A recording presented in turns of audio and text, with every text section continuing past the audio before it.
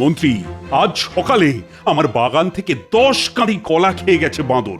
এর কিন্তু একটা বিহিত চাই মন্ত্রী। বাঁদরের বাঁদরামি আমি মেনে নেব না, এই আমি স্পষ্ট বলে দিলাম। মহারাজ, আপনার রাজসভাতেই যদি বাঁদরের বাদরামি বাড়তে থাকে তাহলে আর রাজ্যে পারবে না কেন? আমার রাজসভায় যে কে বাঁদর তা তোমাকে বলতেই হবে। আমরা সবাই বাঁদর। গোপাল কিন্তু ঠিকই বলেছে মহারাজ। এই বিজ্ঞান বলছে মানুষের জন্ম বাঁদর থেকে। হ্যাঁ, হ্যাঁ, তোমার এত বড় স্পর্ধা, তুমি আমাকেও বাঁদর বললে? শুধু আপনি কেন, আমার আপনার পূর্বপুরুষরা সবাই বাঁদর থেকেই এসেছে। যেমন ব্যাঙাচি থেকে ব্যাঙ। তার মানে আমার সভায় সবাই বাঁদর? আহ, এ তুমি কি বলছো গোপাল? আমরা সবাই বাঁদর। আচ্ছা মহারাজ, ওই বাঁদরের দিকে ভালো করে তাকিয়েছেন, দেখবেন কেমন যেন মানুষ মানুষ দেখতে, হাবভাবে একেবারে মানুষের মতো। গোপাল, তাহলে আমার রাজসভায় কতজন বাঁদর আছে? সবাই খারাপ বাঁদর নয়, কেউ ভালো বাঁদর চেয়ে নিয়ে খায়, আর কোনো কোনো বাঁদর আছে যারা কেড়ে নিয়ে খায়। এখন আবার কিছু নতুন বাঁদর এসে জুটেছে। মহারাজ, গোপাল কিন্তু আমাকে বড্ড অপমান করছে। ও যদি নিজে বাঁদর হয় তবে বাঁদরামির সমস্যা গোপাল নামের বাঁদরটাকেই দেওয়া হোক। মহারাজ, বাঁদরের বাদরামি কি করে বন্ধ করতে হয় তা আমি জানি, আপনি এ ব্যাপারে কোনো চিন্তা করবেন না। তাহলে তুমি সবার সামনে কথা দিয়ে বাঁদরের বাঁদরামি তুমি বন্ধ করবে, তাই তো? যথা আজ্ঞা মহারাজ। আজ তুমি যা দিলে না, মন্ত্রী মুখ একেবারে বাংলার 5 করে দিলে। আরে আমি তো কিছু মিথ্যে কথা বলিনি, বাঁদরকে বাঁদর বলেছি, ব্যাস এটাই আমার অপরাধ। একটা কথা কানে এলো, আমাদের মন্ত্রী নাকি পা ভাঙা ভগবানের বাড়িতে রোজ যাচ্ছে। ব্যাপারটা কি বলো তো? কথাটা আমার কানেও এসেছে, তার কি করা যাবে? বাঁদর বাঁদরের কাছে যাবে, এটাই তো স্বাভাবিক। হ্যাঁ, তা বটে। চড়ে চড়ে যদি মাস্তুতো ভাই হতে পারে তবে বাঁদরে বাঁদরে কেন মামা ভাগ্নে হবে না? তা বটে, এখন দেখা যাক মন্ত্রী কি খেলা খেলে।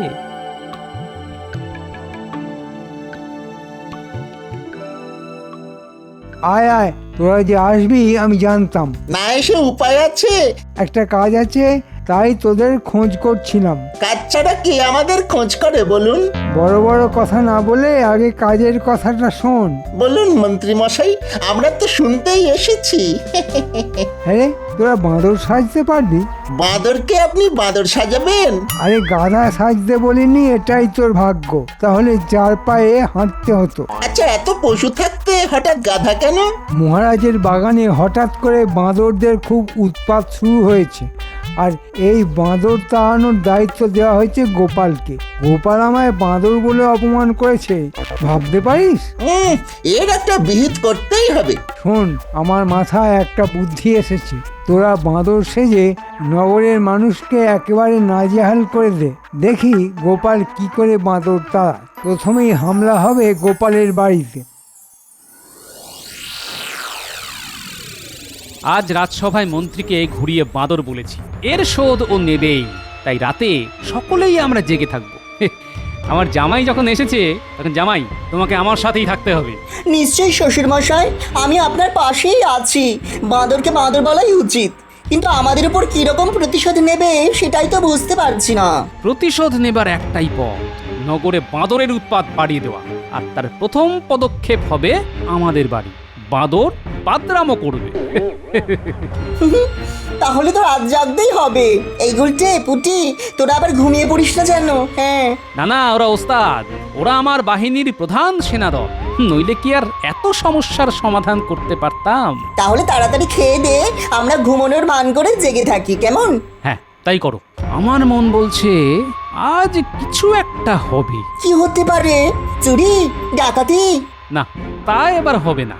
এবার অভিনব কিছু একটা হবে। এই যেমন বাঁদর আসতে পারে। বাঁদর রাতের বেলায়? কখনো তো শুনিনি। না না, এটাই হবে তার কোনো মানে নেই, কিন্তু যেহেতু বাঁদর তাড়াবার ভার মহারাজ আমাকে দিয়েছেন, তাই আমি ধারণা করছি রাতে বাঁদরই আসবে। এই বাঁদর ধরা সবার পক্ষে সম্ভব নয়। এটা ঠিক বলেছেন শ্বশুর মশাই, সবার পক্ষে সম্ভব নয়, কিন্তু আমার মনে হয় আপনার কথাই ঠিক। মন্ত্রী বাঁদর সাজিয়ে কাউকে না কাউকে এখানে পাঠাবে। ব্যাটাকে একবার হাতে নাতে ধরলে বৃন্দাবন দেখিয়ে দেবো। হ্যাঁ, বাহ, চমৎকার কে বলবে তোরা মানুষ? হ্যাঁ তা তো বলবেনই, বাদর সাজার চাইতে ভূত সাজা অনেক সম্মানের ছিল। না মরা পর্যন্ত ভূত হবে কি করে? তার থেকে বাঁদর হওয়াই ভালো। সে তো আপনি বলবেনই, আমরা চোর বলে যেন আমাদের কোনো জাত নেই না। আমি তো আর তোদের বাঁদর বলিনি, যে বলেছে তার বাড়ি একেবারে তছনছ করে আয়। কে বলেছে? গোপাল? হ্যাঁ রে, মহারাজকে বুঝিয়েছে আমাদের বাপ ঠাকুর দ্বারা নাকি বাঁদর ছিল। কি সাহস, বুঝেছিস? বেটার এত সাহস, আপনার বাপকে বাঁদর বলেছে? আরে আমার বাপকে শুধু নয়, তোর বাপকেও তাই বলেছে। আমার বাপকেও বাঁদর বলেছে? আচ্ছা, আমার নাম কি মহারাজের সামনে বলেছে? একেবারে মহারাজের সামনে।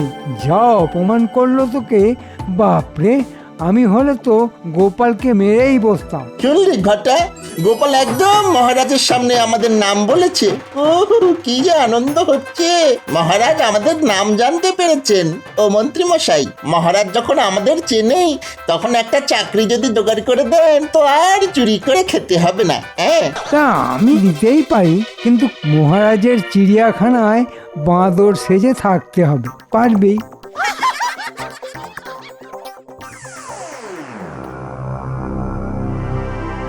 জামাই, এবার ওদের আসার সময় হয়ে গেছে, অনেক রাত হয়েছে। একটা কাজ করা যাক, তোমরা বাইরে বেরিয়ে লুকিয়ে থাকো। ওরা আসলে দূর থেকে ওদের লক্ষ্য রাখো। ঘরে আমি আছি, এখানে যা করার তাই করব। আসবে তো? আমার অনুমান কখনো মিথ্যে হয় না জামাই। আমার মন যখন বলছে আজ রাতেই কেউ আসবে, তখন আসবেই। তোমরা অন্ধকারে লুকিয়ে থাকো, লক্ষ্য রেখো। গোপাল বড় উপকার করেছে রে, মহারাজের কাছে আমাদের নাম বলেছে, তার মানে মহারাজ আমাদের চেনেন। কিন্তু আমাদের যে বাঁদর সেজে থাকতে হবে। থাকলে থাকবো, আর খেতে পড়তে তো পাবো। যদি রোজ কলা খেতে দেয় তবে কি হবে বলতো? এই কথাটা তো মাথায় আসেনি আমার। তোর বুদ্ধি আছে রে ঘটা। হ্যাঁ, আমার আর কি বুদ্ধি রে ঘটা, আমার বাবার যা বুদ্ধি ছিল না, তা তুই কল্পনাও করতে পারবি না।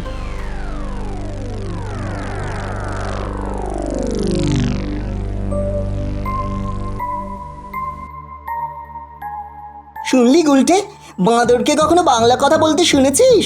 দাদু তাহলে ঠিক কথাই বলেছিল, এরা বাঁদর নয়, মানুষ। দাঁড়া, আমরা চুপি চুপি বাড়ির দিকে যাই। ঘটা একদম কথা বলিস না, চুপ করে থাক। গোপাল দিকে গেলে খুব বিপদ হবে রে। চুপ করে থাক, কথা বলিস না কিন্তু। কিরে, এসেছিস? ভালোই করেছিস। তবে বাপ ঠাকুরদার নাম ডোবালি রে, নিজের ভাষা ভুলে বাংলায় কথা বলছিস। কেন, মানুষের ভাষায় কথা বললে তোমার অসুবিধা কোথায়? হ্যাঁ, তোদের পূর্বপুরুষরা বাংলায় কথা বলতো না, বাঁদরের ভাষায় বলতো রে। বাঁদরের ভাষা তো আমরা জানি না। নিচে নামবো, একটু শিখিয়ে দেবে? এই দেখ দেখ দেখ, চল চল চল চল, পালা পালা পালা। দাঁড়া, আগে ল্যাজটা খুলে রাখি। শুনলি না গোপাল কি বললো? ধর ধর ওদের, ধর ধর, বাঁদর বাঁদর। পালালি কেন? আমরা তো আর চুরি করতে আসিনি, গোপালের কাছ থেকে বাঁদরের ভাষা শিখতে এসেছি। হা পরে শিখিস, আগে পালা তো পালা। ব্যাটারা পালিয়ে গেল। চল দাদাকে বলি।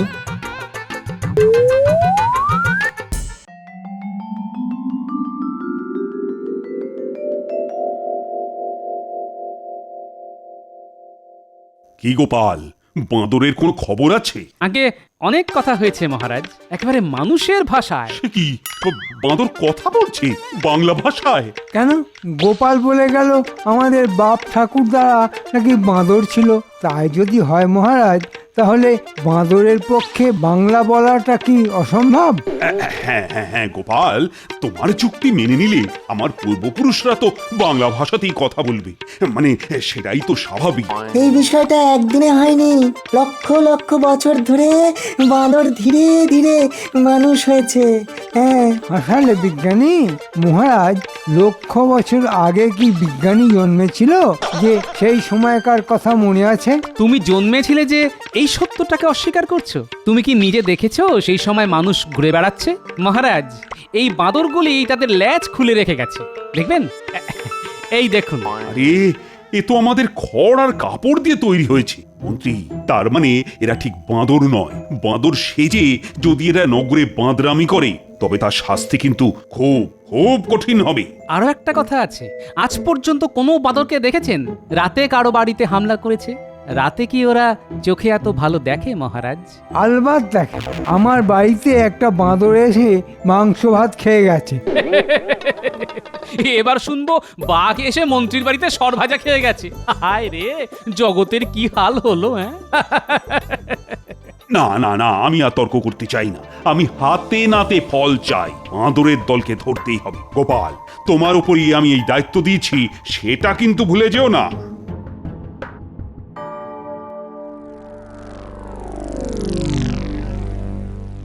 শোন, কেউ যদি বাঁদর সেজে নগরে হামলা চালায় তবে আমরাও ভালুক সেজে রাতে নগরে ঘুরে বেড়াতে পারবো। উল্টে একটা কাজ কর, শ্যামাপদ বহুরূপীকে আমার সঙ্গে দেখা করতে বল, আমাদেরও ভালুক সাজিয়ে দিতে বলবো। বাঁদরের সঙ্গে ভালুকের এবার লুকোচুরি খেলা হবে।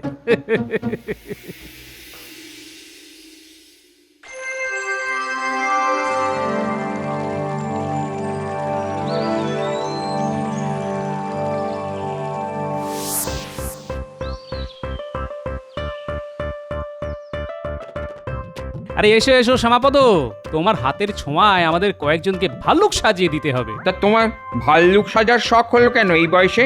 গিন্নি তো মিষ্টি খাওয়ানো বন্ধ করে দিয়েছে, তাই ভাবলাম ভাল্লুক সাজলে জমিয়ে মিষ্টি খেতে পারবো। তখন আর কেউ মানা করতে পারবে না। না বৌঠান, গোপাল ভাইয়া কোনো উদ্দেশ্য ছাড়া এমন কাজ করবে না। নিশ্চয়ই কিছু একটা মতলব আছে। হ্যাঁ, তা একটা আছে বটে, ভালুক সেজে বাঁদর ধরবো। বাঁদর? তবে শুনলাম নগরের নাকি বাঁদরের উৎপাত বেড়ে গেছে। কি ব্যাপার বলো তো? সে পরে বলবো, আগে একটা কথা বলো, তুমিও ভালুক সাজবে তো? আমাদের সঙ্গে বাঁদর ধরতে যাবে তো? নিশ্চয়ই যাব। হ্যাঁ, বাঘ হলেই যেতাম না, কিন্তু বাঁদর সে আবার কোনো প্রাণী হলো নাকি? ঠিক বলেছ, আমরাও বাঁদর। বাঁদরের থেকেও বাঁদরামিতে মানুষ অনেক এগিয়ে আছে। যাক, এসব জ্ঞানের কথা বিজ্ঞানীর কাছ থেকে একদিন শুনে নিও।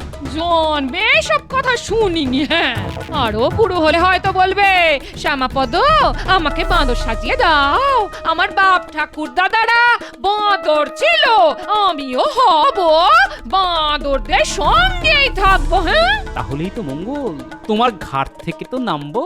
বলি ওখানে কোন বাঁদরানি পাবে? আমাকেই করতে হবে।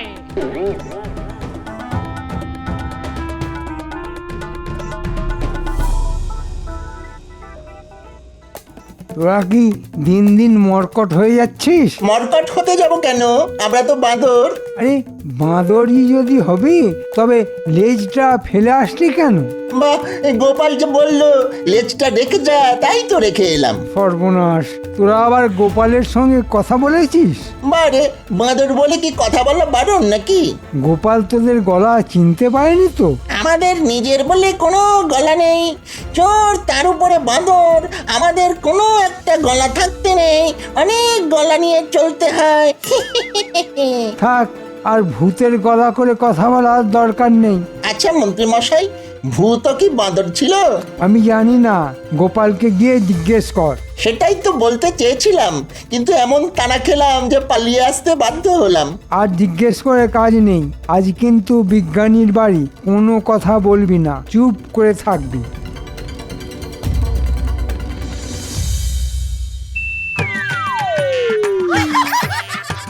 ভাল্লুকের সাজে তোমাকে কিন্তু চেনাই যাচ্ছে না। বাহ বাহ, চমৎকার চমৎকার মানিয়েছে। আসল রূপটা বেরিয়ে এসেছে। এবার থেকে ভাল্লুক সেজেই থেকো। তবে বাজারটা করে দিতে হবে কিন্তু। হ্যাঁ, কি যে বলেন বৌঠান, এই ছদ্মবেশ তো কয়েকদিনের জন্য। বাঁদরের বাঁদরামি বন্ধ করতে পারলেই আপনার গোপাল আপনার কাছেই ফিরে আসবে। কেন থাকুক না ভাল্লুক সেজে, আমার কাছে আর আসতে হবে না। জঙ্গলে থাকুক, ভীমরতি কাকে বলে। শোনো জামাই আর গুলটে, আমাদের সঙ্গে শ্যামাপদও থাকবে।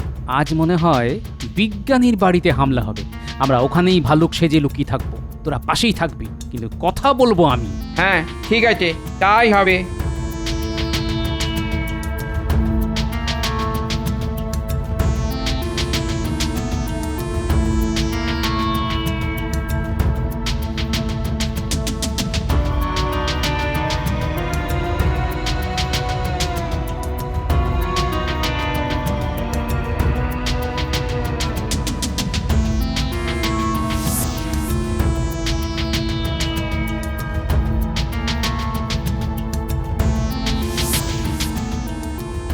আমরা এখন বিজ্ঞানীর বাড়ির পাশে লুকিয়ে থাকবো। বাঁদর দেখলেই তাদের সঙ্গে ভাব জমাবো, ওদের কাছে আসতে দিতে হবে। তারপর যা করার আমি করব। তোরা শুধু ওদের তাড়া করবি না। ঠিক আছে। একদম কথা বলবি না, আমরা বাঁদর। যদি তাড়া খাই? ফ্যাচ ফ্যাচ করে মুখ ভেঙে যাবি, তাতে সবাই বুঝবে আমরা আসল বাঁদর। এই রে ঘটা, আমার লেজটা তুই আনিসনি? কি করে আনবো? মন্ত্রী তো তোকে নতুন একটা বানিয়ে নিতে বলেছিলাম না, আর তুই কিপটেমি করে বানালি না। এবার কি হবে? হ্যাঁ, আমি সামনে মুখ দেখাবো আর তুই পেছন দেখাবি, যাতে ওরা তোর লেজ দেখতে পায়।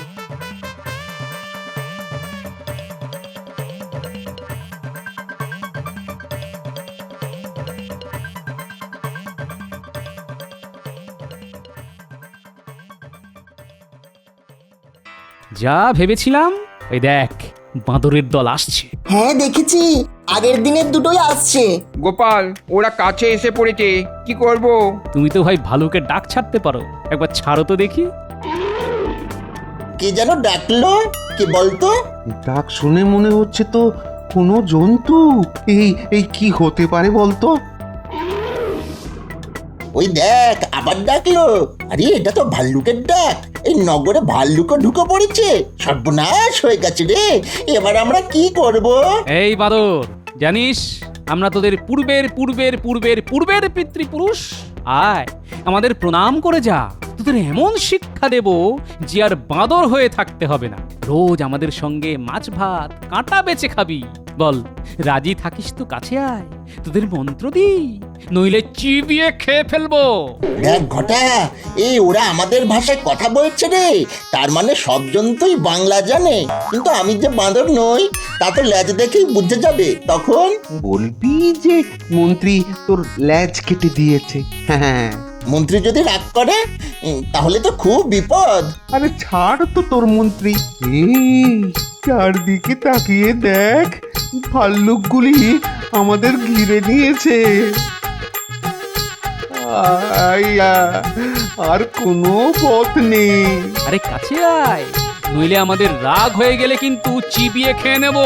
তোর লেজটা আমায় দিবি ভাই, আমি তোকে শোধ দিয়ে দেব। আগে ভালুক হয়ে নি, তারপর। আর শোন, মন্ত্রীর কাছ থেকে মোহরটা নিয়ে নিবি, নইলে আমার বড় ক্ষতি হয়ে যাবে।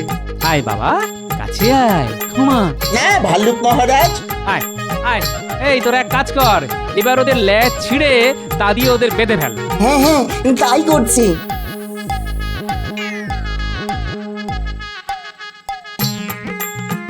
আমাদের লেজ দিয়ে আমাদেরই বাঁধা হচ্ছে, আমাদের অপরাধ কি?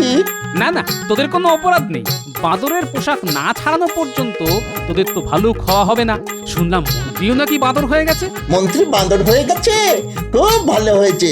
বেটা আমাদের ভালুক না বানিয়ে বাঁদর বানিয়ে দিয়েছিল। বাঁদরের থেকে ভালুক কত সুন্দর।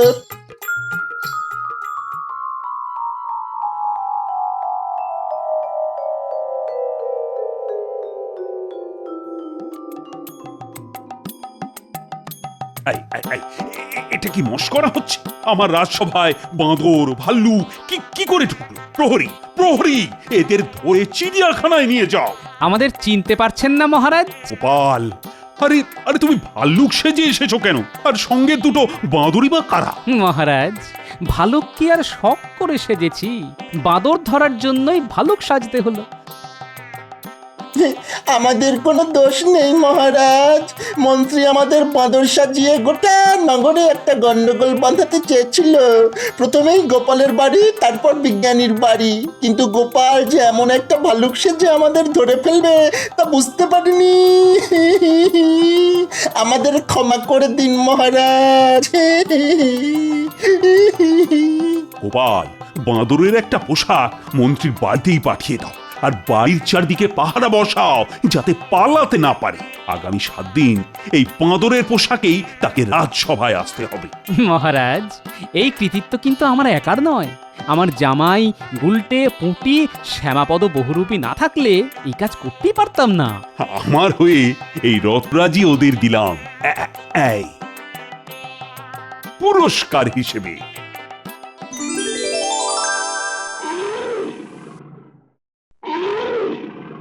আরে আরে সত্যি ভাল্লুকের ডাক! হ্যাঁ? বাপরে! ওরে বুটি নাপলা গুলটে কোথায় গেলি রে? এই জামাই বা কোথায়? হ্যাঁ? নিশ্চয় কেউ ফেরেনি। হ্যাঁ? এবার আমি কোথায় যাই? হ্যাঁ? ওরে বাবারে! ভালুক হয়েও গিন্নির কথা ভুলিনি। জামাই আদরের জন্যে রুই, কাতলা আর ইলিশ মাছ নিয়ে এসেছি। হেহ, জামাই আজ যা খেল দেখালো, এরপরে এই বাড়িতেই ও পাকাপাকি ভাবে থাকবে। আর শ্যামাপদ, তুমি না থাকলে তো বাঁদরই ধরা যেত না। পরপর 7 দিন তুমিও এই বাড়ির অতিথি। দেখি মহারাজকে বলে তোমার জন্য রাজসভা থেকে একটা মাসোহারার বন্দোবস্ত করতে পারি কিনা। বলি বাঁদরের উৎপাত বন্ধ হলো ঠিকই, কিন্তু বাড়ির ভাল্লুকেরটা তো বাড়লো। আমার হয়েছে মরণ। আচ্ছা গিন্নি, ভালুক না হয়ে আমি যদি উল্লুক হতাম, তাহলে তোমার বাজারটা কে করতো শুনিয়া?